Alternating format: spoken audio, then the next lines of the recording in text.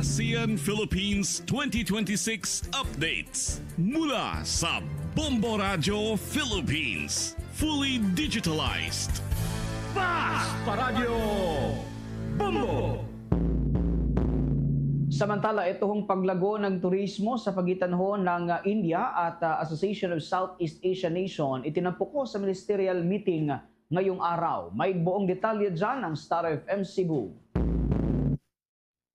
Tiniyak ng India ang patuloy na pagpapalakas ng kooperasyon nito sa Association of Southeast Asian Nations sa sektor ng turismo kasabay ng 13th ASEAN-India Tourism Ministers Meeting nitong Biyernes, Enero at 30. Sa kanyang opening remarks, sinabi ni Indian Tourism Minister Gahendra Singh Shekhawat na ikinararangal niyang i-co-chair ang pulong kasama ang Pilipinas bagamat hindi siya nakadalo ng personal dahil sa mga internal na tungkulin sa India kabilang ng sesyon ng parlamento. Binigyang din niya ang mahalagang papel ng turismo sa pagpapalalim ng ugnayang pang-ekonomiya at kultural ng India at ASEAN. Ibinahagi ni Shekhawat na noong 2024, umabot sa 5.24 milyong Indian tourists ang bumisita sa ASEAN countries habang 0.87 milyong bisita mula sa ASEAN ang nagtungo sa India.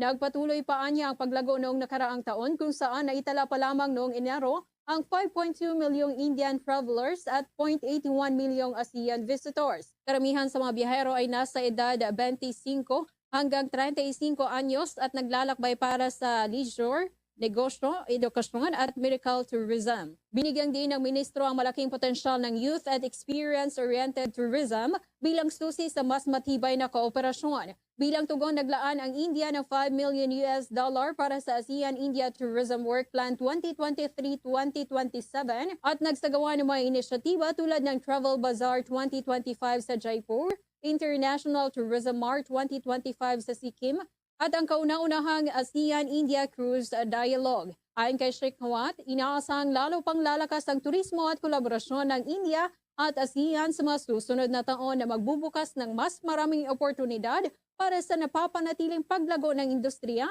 sa buong rehiyon. The ASEAN-India Partnership in Tourism Cooperation continues to grow from strength to strength. India was committed to the agreed framework and the professional exchange progress program conducted as a part of ASEAN-India Year of Tourism had great response and strengthened collective learning of sharing of best practices. Mula dito sa lungsod ng Cebu, para sa ASEAN Philippines 2026 update ng Bombo Radio Philippines, Star DJ Sophie Ember nag-uulat for the #1 and most trusted source of news and information, Basta Radyo, Bombo!